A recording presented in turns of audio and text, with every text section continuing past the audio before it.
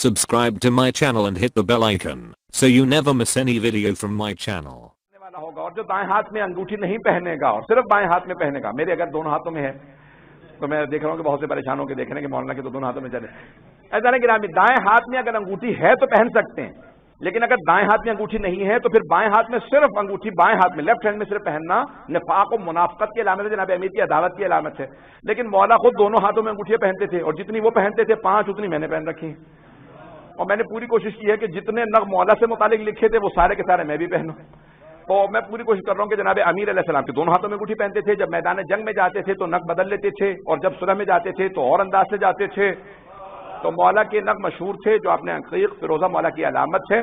और याकुत और दुर नजब बहरहाल बहुत से लोगों ने लिखा है, और हदीद सीनी वो अलबत्ता नहीं कि वो गुस्सा दिलाता है, तो जनाब अमीर जंग में हदीद सीनी पहनते थे और जब मैदान में उतरते थे तो मौला आपके चेहरे से, आंखों से, हाथों से पता चलता था कि अली आ रहे हैं।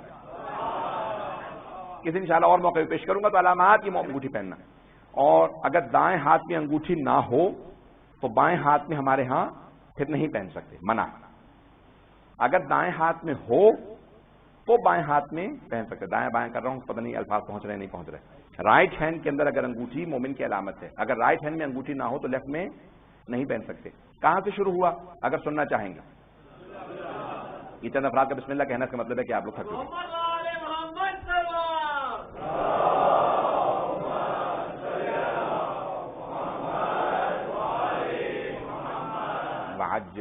बस तेजान गिरामी इसी पे तमाम कर दूंगा इंशाल्लाह, बाकी तफसील कल। ये कहां से अलामत बनी सीधे हाथ में अंगूठी पहनना? सिफ़ीन की जंग जहनों में है। सिफ़ीन की जंग जनाब अमीर के दरमियान और शाम वाले के साथ हुई, क्लियर हुआ, यजीद के भी बाप के साथ। अब जंग हुई, जंग खत्म हुई कैसे? हकमियत पे। हकमियत समझते हैं? आर्बिट्रेशन, आर्बिट्रेशन को कहते हैं फ्रेंच वगैरह में, यानी हकमी। चले अब एक है काजी, एक होता है हाकिम। हकम, हाकिम नहीं, हकम। काजी जज को कहते हैं अंग्रेजी में, जज सब समझते हैं, जो फैसले करने के लिए बैठा है, लोग आएंगे अपना मसला पेश करेंगे। हकम जब दो अफराद में इख्तलाफ हो जाए, जैसे तलाक का मसला, कोई भी मसला हो, बिजनेस डीलिंग हुई, दो अफराद में इख्तलाफ हो गया, उसके लिए काजी जरूरी नहीं है, क्योंकि काजी की शरायत है, कंडीशंस है, इल्म इतना हो, ये हो, वो हो, आदिल हो। हकम भी आदिल होना जरूरी है। हकम बना सकते हैं आर्बिट्रेटर, या कि दो अफराद में सुलह कराने के लिए कि भाई हकम मिन्हा, कुरान में है कि औरत की तरफ से मर्द की तरफ, दोनों की तरफ से एक हकम आ जाए जो कहे कि भाई सुलह हो सकती है तो किन शरायत पे, और अगर सुलह नहीं होगी तो किन शरायत पे। बात पहुंच गई। दोनों का एक नुमाइंदा होता है, इसे कहा जाता है हकम। अंग्रेजी में कहते हैं आर्बिट्रेटर, या जो भी कह लीजिए बात। तो अभी ये हकमियत पे जनाब अमीर की तरफ से आपके जहनों में है हकम अबू मूसा अशरी, मौला की तरफ से नहीं, मौला के लोगों ने अबू मूसा अशरी का नाम पेश किया, और उसकी तरफ से आया अमर इब्न आस। जहनों में है? हाँ हूं करें ताकि मुझे पता चले, नहीं तो मैं और वजाहत कर दूं। अगर नहीं जानते तो तारीख बता दूंगा, नहीं जानते हैं तो मैं आगे बढ़ना चाहता हूं, आगे बढ़ जाऊं। अब अमर इब्न आस उसने बनाया कि भाई 20 मंथ, 20 महीने जंग हुई और उसके आखिर में फैसला हुआ कि हकमियत पे। मौला ने कहा नहीं, हकमियत मुझे कबूल नहीं है, जंग जारी रखो, हम जंग जारी रखें। लेकिन मौला के खिलाफ अपने ही लोगों ने बगावत कर दी। किसने? कूफे वालों ने। उन्होंने कहा नहीं, ये आली, वो कुरान सामने ले आए हैं नेज़ों के ऊपर। मौला ने कहा ये धोखा दे देंगे, कुरान को मानते होते तो मेरे खिलाफ क्यों आते जंग करने?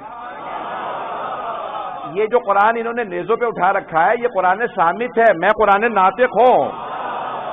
उस जमाने में भी लोग कुरान को देख के धोखा खा रहे थे, आज भी लोग कुरान देख के धोखा खा रहे हैं। दाइश से धोखा ना खाइएगा, ये कुरान दिखाते हैं, मानते नहीं। लोग हैं या नहीं? बहुत से लोग कुरान दिखाते हैं, ये दिखावे का कुरान है, मानते नहीं है।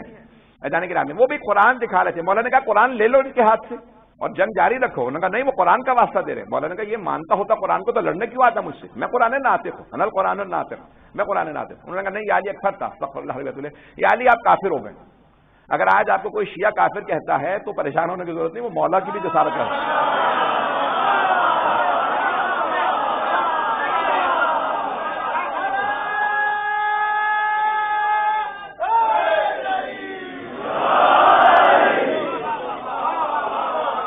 मजमा मेरे साथ है ना? तवज्जो। جانے کے نام اب انہوں نے جناب امیر کے خلاف گستاخی کی اور کہا کہ یہ علی پھر حکمیت پہ معاملہ ختم ہوگا. مولانا نے کہا ٹھیک ہے تم لوگوں نے فیصلہ کر لیا جنگ نہیں چاہتے تو میری طرف سے حکم ہوگے مالک اشتر. حکم مولانا نے کہا میری طرف سے ہوں گے مالک اشتر. کہا نہیں علی یہ تو آپ کا آدمی. تو مولانا نے کہا میری طرف سے حکم جائے گا تو میرا آدمی جائے گا. پتہ نہیں بات پہنچ رہی نہیں پہنچ. میں مثال کے طور پہ کسی آدمی کسی سے اختلاف ہو جاتا ہے تو آپ اپنا حکم جب پیش کریں گے تو کسی ایسے کو پیش کریں گے جس پہ آپ ٹرسٹ کر سکتے ہو. مولانا نے کہا میرا ٹرسٹ جو ہے میرا اعتماد مالک اشتر پہ ہے. کہا نہیں علی آپ کا آدمی ہمیں قبول نہیں. مولانا نے بہت زور دیا نہیں مانے. مولانا نے کہا اچھا نہیں مانتے تو پھر عبداللہ ابن عباس یہ میری طرف سے حکم. کہا یا علی وہ آپ کے کزن ہیں. مولانا نے کہا بھائی میں اپنا ہی کو بھیجوں گا نا جس پہ میرا کوئی اعتماد ہوگا. کہا نہیں ہمیں یہ بھی قبول نہیں. تو مولانا نے کہا پھر کہا ہم کہتے ہیں ابو موسیٰ اشعری. ابو موسیٰ اشعری کا نام سن رکھا ہوگا بہت مقدس قسم کے آدمی تھے ظاہری طور پہ سمجھتے ہیں. اب انہوں نے بہت لمبی داڑھی رکھی ہوئی ہے نمازیں پڑھ رہے ہیں. مولانا نے کہا یہ فیصلہ کرے گا جو ظاہری لحاظ سے سب کچھ اس کے اندر ہے اس کے اندر کچھ بھی نہیں. اور مولانا نے سخت ترین الفاظ اس کے خلاف استعمال کیے ہیں. کہا کہ یہ آدمی جو نجاست طہارت نہیں جانتا وہ علی بن ابی طالب کا فیصلہ کرنے کے لیے جائے گا.